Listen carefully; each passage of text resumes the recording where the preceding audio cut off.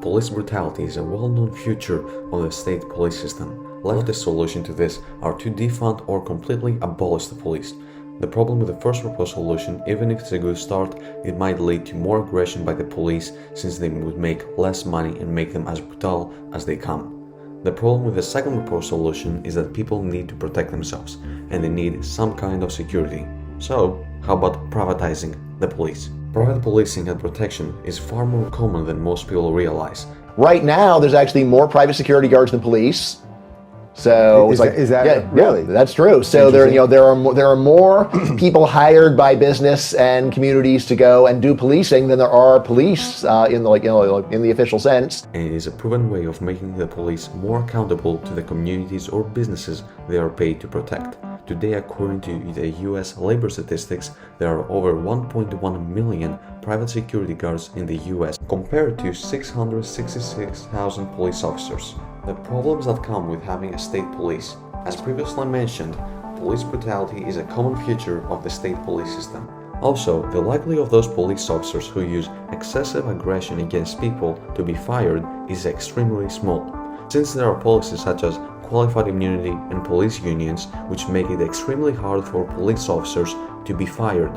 Other insane police state policies include policies such as civil asset forfeiture, which allows police officers to take assets and then sell these assets from people who have not been charged with any crime. In 2014, this policy alone accounted for more theft than from burglars. How would private police would function in a free society?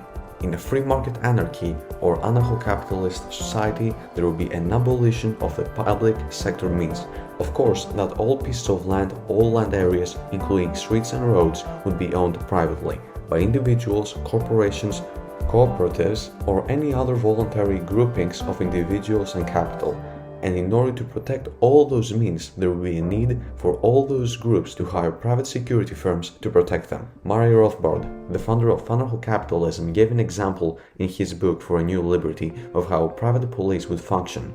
At any rate, suppose that the Times Square area, including the streets, was privately owned, say by the Times Square Merchants Association. The merchants would know full well, of course, that if crime was rampant in their area, if muggings and holdups abounded, then their customers would fade away and would patronize competing areas and neighborhoods. Hence, it would be to the economic interest of the Merchants Association to supply efficient and plentiful police protection, so that customers would be attracted to rather than repelled from their neighborhood.